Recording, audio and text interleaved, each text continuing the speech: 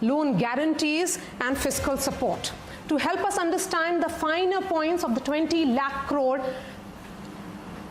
in fact, Atmanirbhar Bharat package is the person who planned it and someone who announced it. Finance Minister Nirmala Sitharaman is joining us live on CNN News 18 and CNBC Television 18. Thank you so much for your time here, ma'am. Your country's first finance minister who is facing a public health emergency which could have long-term economic repercussions. What was the nature of discussion that you had with the Prime Minister before you finalized the package, and what was his message for you?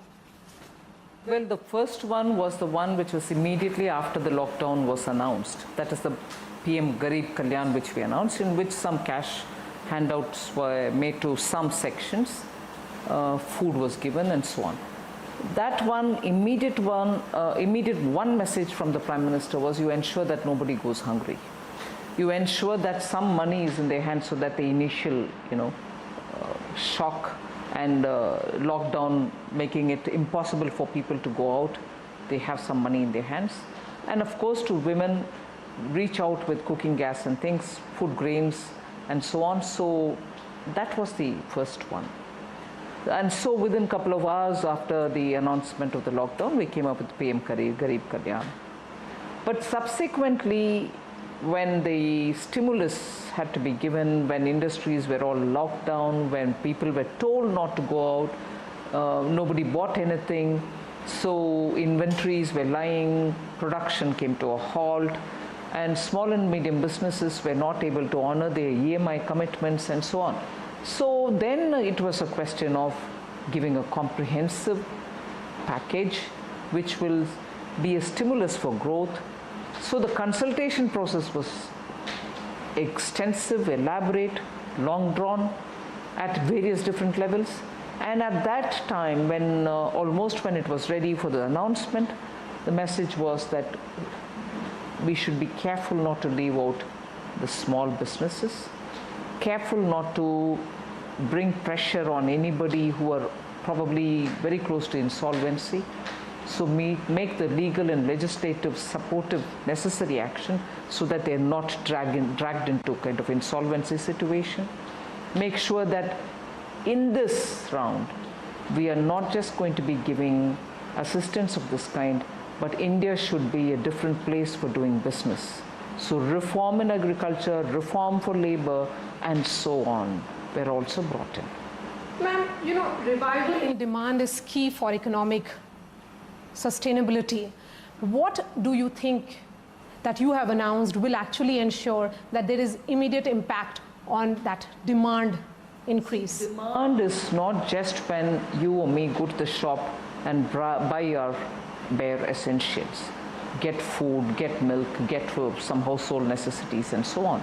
Demand is also, this is also demand, but demand is also when small units have to pay some wages, pay the fixed costs, the company starts opening up and buys the raw material, starts the production, which means when they buy the raw material, it's demand. When also the payment is made to their wage earners, he's given some money in his hand. When he pays his electricity bill and after that commences production, demand is triggered. So we have taken that approach for triggering demand. I agree with you, demand is necessary for stimulating the economy's engine to move. Will there be more announcements? Well, no, nothing at the moment. I don't have anything more to announce. After the Pradhan Mantri Garib Kalyan package, you took a lot of time, almost over a month, before you finally came out and announced for the MSMEs in particular, ma'am. And for agriculture and for fishermen. Various aspects of it. The critics are saying that this revival package or blueprint that you have unveiled actually skirts the primary question of demand. Because if the MSMEs, if there's no demand, then how will they go ahead with the production? Well, Maria, I must tell you, I've been asked this question several times in the last few days. I've heard so many people tell me that that is the one way in which you can stimulate the economy. Put money in the hands of the people directly and you will be there. We've heard it, and lots of people who are in the know of things, who are economists, who are observers, who are advisors to the PM, advisors to the ministry, have all applied their mind. And we think it's possible to generate demand by taking this route too. So I'm not commenting, I'm not denying any observation or advice people have given me saying you should have put money in the hands of the people directly rather than doing this. I'm not in argument with them. But matter of fact, after hearing all that, applying our mind, we've taken this route. And why? Why do you think that this is the right path for recovery? Because we think that this route creates a lot of cascading effect. It has a lot of cascading effect. It will create ripple effect in the economy. So it won't just be one person having money, and so money in hand being with several will create demand is one rasta. But through this, we think a lot of immediate businesses will start. Also, demand will come because they are placing orders for raw material, they are placing orders for many other things, they are also ensuring that the wages is being given, so money in hand is going through that route. So this will have immediate trigger effect which the economy requires. That's our understanding. I will talk a little more about money in hand, but that in the context of the migrants little later in this discussion, ma'am. Some state governments are saying that linking additional state borrowings with reforms is against the spirit of federalism. What will you be telling them? If I had linked it with reforms, when I'm giving the money under devolution, yes, it will go against the constitutional federalism and its spirit. What is required by the Finance Commission for me to devolve from the revenues collected should go unconditionally, and I shall never touch that otherwise. I will keep devolving without any condition. I have no business there to put condition. But where am I putting the condition? And are they my conditions? They are conditions which the Finance Commission has discussed with the states. And where is it being put? When you are asking the central government to increase the cap for borrowing, and I'm saying, yes, please, I'll remove the cap to a certain extent, but please go ahead doing some reforms. And what are the kind of reforms? One nation, one ration card. Now, if equally all of us are talking about the migrant workers today, if only the one ration card had come in, the operability, interoperability, interstate operability of the ration card had come in, wouldn't they be obtaining their food grains from wherever they are? We didn't do that. And in this stimulus package, I've given 90,000 crores to the power sector for the DISCOMs, because they are all now sitting with receivables but which are not being honored, which will mean that they can stop distributing power. And who will it affect? The farmers, for whom many state governments have given free electricity. I'm not getting into it. You want to give it free? Please do.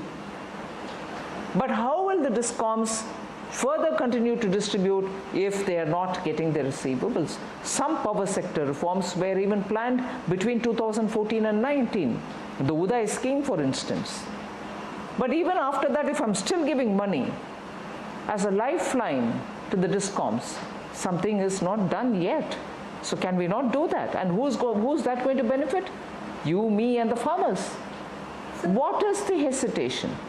What is the hesitation of the states to do these reforms? Are they aimed at some big industrialists? They are aimed at common citizens, the poor, the needy, the ration-taking migrant worker, the farmer in the field. Why can't we reform? And why is the hesitation on this? Then in that context only, there are two states which have gone in for massive labor reforms like Madhya Pradesh and Uttar Pradesh. But there is also a petition that has been moved in the ILO by some labor unions which are of the opinion that these reforms are anti-poor and pro-industries. Are you of the opinion that these labor laws that are existing in India have actually held back several industries from investing in India? Maria, I'm not talking about the states. I'm talking about the center for a minute. When labor codes have been introduced in the parliament, now it is still in the parliament. One probably is passed, 3 others are at different stages of the standing committee. Committee is looking into it. where Government of India had taken this extraordinary step of working together. The Labour Minister sat hours on an end, and which is required. He had to do the consultations, spoke to so many different sections, and compressed the 44 labour laws into 4 codes. They are the ones which are in Parliament, and they are a product of extensive consultation, and they will have to be dealt with in the Parliament. And states have gone forward doing many things which are probably similar to the ones which are waiting in the Parliament, or probably gone a few steps ahead. So I can't comment on what the states are doing, but I can certainly tell you we are looking at labour reforms, and they are subject to parliamentary scrutiny. Ma'am, critics are saying that this package ignored the plight of the migrants, because had there been direct money in the hands of the migrants, then they would have taken care of at a time when their issues of livelihoods had collapsed. Do you think that's not true at all? Then what really held you back from direct transfer or money? Back to your own pet argument. You think that that's the only solution. You think if I paid every migrant labour some amount, all of you all will go back to home, to your respective homes, to say, ha, we demanded it from the centre, they gave it, and there we go. That's the solution. You may have that satisfaction if you want, but I'm sorry.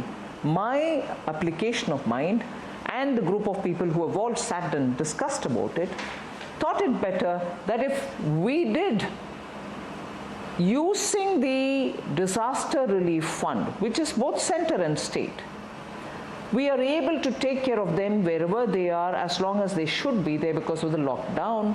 One, we are addressing their immediate pressing needs, taking care of the medical requirement, and also keeping them in a safe place.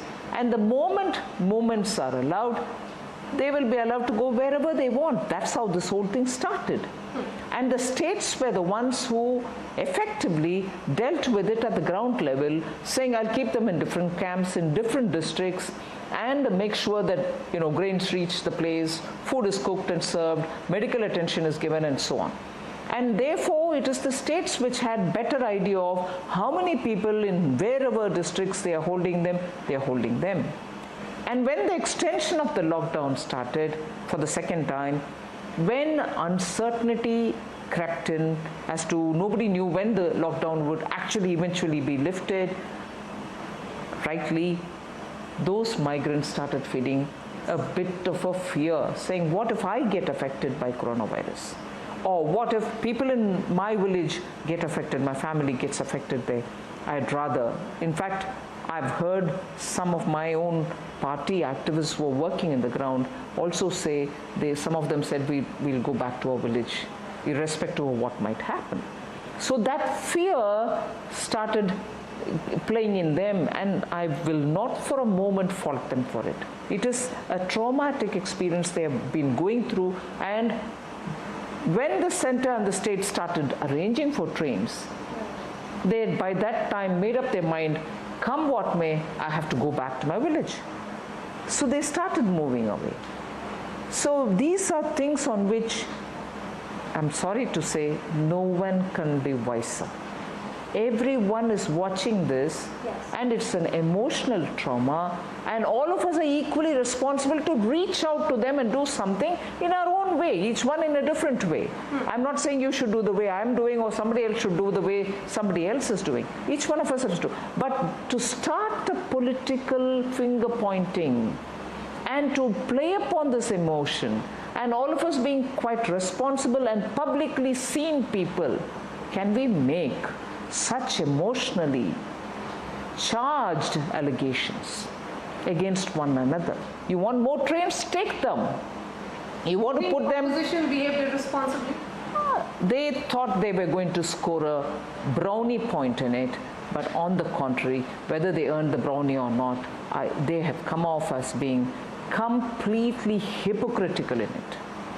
If they would spend this much time looking at their own states where they are in power, states where they are in power with alliance parties. I don't need to utter the names of the states. You know as to what is the halat in different states where Congress party is in rule. And look at the attention being given to non-Congress states. Ma'am, do you think that because these are unusual times, and unusual times call for perhaps a new model of interaction and communication between various states, is there absence of coordination between states as well? Not at all. But look at the states where BJP is not in power, but where actually migrant issues are also being sorted out, both with the center and that state being together in sorting the problems out. Ma'am, this is the labor force that is going back. This is reverse migration that we are witnessing. You have started the economic activities. You have said that construction activities must begin. Factories have started opening. The question is, if this labor force goes back, how will you resume the work? Who will be there and work? Who will work in these factories? That's right. That's also for states also to think now. So I'm glad these questions are being raised. It is now, I think, a responsibility of the center, the states, the local bodies, the urban local bodies, the panchayats, the municipalities, all of them have to now think as to, do they at least keep a data of who is coming in? Because they contribute to that state's welfare, the state's economic well-being. Shouldn't they have an authentic database of who is coming from where, what kind of skill sets are they coming with, are they coming single or are they coming with their families? Some database should be maintained. Then there's a huge force that is unaccounted for. Is that a matter of concern, ma'am? Absolutely, it is. And I think one lesson we should all learn from this epidemic is that we owe it to the migrant workers to have a better set of information flow between the center and the states, with the employers and the states, with the employer and the labor departments in the states, about who's coming, how many are getting employed, where are they, how do they live, and which states do they come from, and so on. Ma'am, the Indian government, your government, appealed to various sectors so that they don't retrench employees, but we are seeing that they're continuing to suffer. There have been massive cuts in salary and also job cuts. How is the government viewing these massive job losses? Maria, again, it'll sound as if I'm shifting the responsibility elsewhere. Labor departments in the states will also have to now plan to see if they come back, what? If they don't come back, what? With the respective employees. Employers in the states will also have to talk. Employers and the state's labor departments, together with the state labor ministry department and the labor authorities, will have to now sit and talk among themselves to sort this out, rather than from the center, me giving one advisory saying, can you do this or can you do that? Let them do it for the states, because some states are disproportionately more dependent on labor, migrant labor. Besides the migrant labor, even white-collar jobs, we are seeing massive cuts. Will the government cut personal income tax to put some money in the hands of people? I'm not sure at this stage. We are not looking at any taxation-related matters, direct or indirect. Indirect, of course, will have to be discussed at the GST Council, but direct, no. At this stage, we are not looking at it at all, because with my revenue generation yet to be completely assessed as to how much of a hit that's going to take, I can't even think of saying what I can forego as yet. I'll have to first assess. Ma'am, several predictions have been made about India's growth will fall because of this COVID-19 disruption. By when will you be able to make any kind of assessment of growth or degrowth for 2020, 2021? Let the lockdown first get lifted. Then I'll have to see what is the number of firms and manufacturing units which are getting back, and to what capacity. Are they starting with 10%, 20%, 50% capacity? So any assessment can only commence after the lockdown is lifted fully. But ma'am, there's no timeline for that. And that is why there is just a lot of uncertainty. And even after it gets lifted, it's a question of when the pandemic is going to retreat. We don't know. No one knows when this is going to go away. Are we going to have to live with it in its full force? Or is the force of the pandemic going to come down? There are very important questions which have to be answered. Ma'am, was there a fear of, downgrade by rating agencies that held you back on going ahead with fiscal stimulus? Not at all, because we did analyze what the rating agency issue is going to be. And I did say it very clearly that there were times when India was alone in a certain circumstance, whilst everything else was normal in the rest of the world. Whereas here is a situation where, because of the pandemic, globally, every country is affected, very badly hit. Economies are reeling under the pandemic. So can rating agencies look at India in a silo, or will they place India in the context of what is happening globally? So we applied our mind and thought we'll do what is important for India. Ma'am, there seems to be riding tide of protectionism, very different from the idea of globalization that we knew till now. The Prime Minister has talked about how India could emerge at that destination where businesses are moving out of China. How are you looking at this turn, and are you seeing this as India's moment, an opportunity in crisis? Well, if I'm looking at investments coming from abroad, irrespective of where it comes from, of course we've now ensured that, because if the valuations are going flat, companies can be bought in the cheap. We don't want companies to be bought in the cheap just because valuations are down, because we want investments to come in, and we don't want investments to come and take away Indian companies that easily. And that's why for certain countries around in our border, we've made sure some amendments have been made so that the flow is all observed, and we restrict the flow, particularly because we don't want countries and companies and investments coming in for those companies whose valuations have fallen badly. But with that said, I think the way in which I can attract investment, not just from one country, from any country, is if the ecosystem improves. It can't be that I want the money and therefore I can give just the tax-related concessions, which is what I did in the corporate rate reduction of September 2019. So in order to improve the ecosystem, I think what is important is we have to make sure there is predictability of policy. There should be certainty. If we are bringing in a proposal for taxation, that should be predictable. And it cannot be in retrospective nature. It has to be progressive. It has got to be simplified.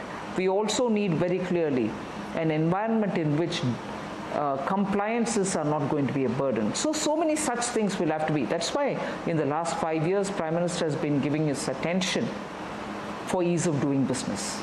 And these are important for drawing investment, not just target certain companies and say, you come and set a business here. We'll do that also if it is necessary.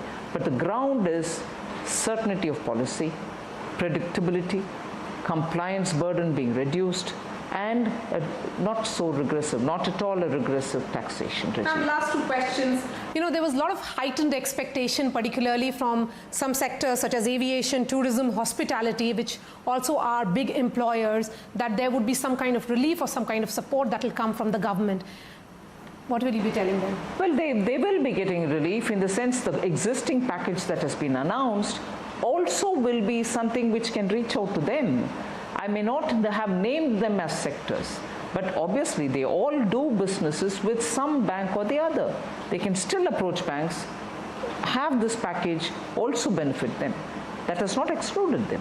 I've not said everybody get benefit, but no, not this or that sector. But there will be not any specific sector-related announcement? I've not given any sector-related announcement, if you notice. Yes. I spoke about agriculture more from the point of view of reforms and making it all the more vibrant so that the farmers can access any market. So no sectors have been named. MSME covers so many, in fact, a spectrum of sectors. Last question to you. What has living and working through this crisis meant for you at a very personal level? Nothing like never before. A lot of adjustments to be done. Elders at home. It's been a completely new thing on which every day I had to readjust my schedules, readjust the way in which we lived at home. So completely new ground. And you think India is on track in this fight against COVID-19? Absolutely. In fact, I would share probably through my Twitter as to how India has performed. And this is not gloating, saying, oh, we've done it all. But you compare India with, let us say, a set of countries who put together have the same population as India. The number of cases that there is in those countries, whose population together compares with our population, let's say 15 countries, I'll put it out this evening. 15 countries whose population together adds up to our population. The number of deaths in those countries and the number of deaths in India. The number of affected COVID patients in those countries and number of COVID patients in India. We are just one country, one government, one people, whereas here, 15 countries all put together, 15 different governments, 15 different resources, our performance and their performance. I'm not saying we've done it all, we've succeeded, and I'm sitting and watching with pride. No. But just to say, please let us look at India with a sense of fairness. The Prime Minister has led from the front, literally appealing to people, making sure that everyone, yes, unfortunately, because of the way in which this emotion and the stress and the trauma has played out, we are seeing a lot of things happening with the migrants. But then, number of cases being controlled, number of deaths being controlled, the medical services literally doing their maximum best. Prime Minister has definitely thanked them any number of times, makes all of us thank them. India has, all of us have, together all of us have handled this with great integrity and commitment. Yes. Let us not undermine our own by saying, oh, no, nothing is happening there, look at this country, we look at every country, we learn from everybody. But please, we shouldn't be undermining India. Yes. On that very, very positive note, Nirmala Sitharaman, thank you so much for speaking to CNN News 18 and CNBC Television 18. Thank you, Maria, for giving me. Appreciate your time, ma'am. Thank you for giving me an opportunity. Thanks so much for watching.